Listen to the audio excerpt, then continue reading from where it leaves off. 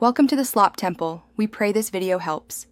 You begin by signing in and granting the app needed permissions so it can fetch content reliably.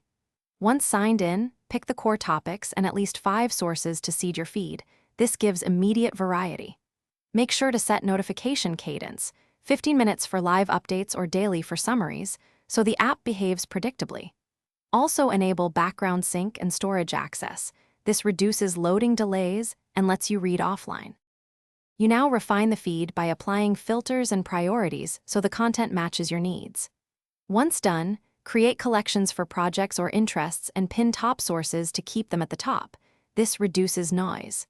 Make sure to use keyword exclusions for recurring irrelevant items and set reading mode, compact for scanning, expanded for deep reading, or audio at 1.25x when multitasking. These steps turn a noisy feed into a productive information stream.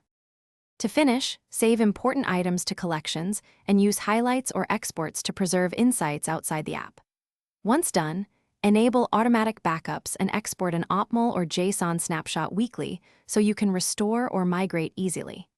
If sync or notifications stop working, force refresh the feed, sign out, and re-authenticate, then clear the app cache as a last resort.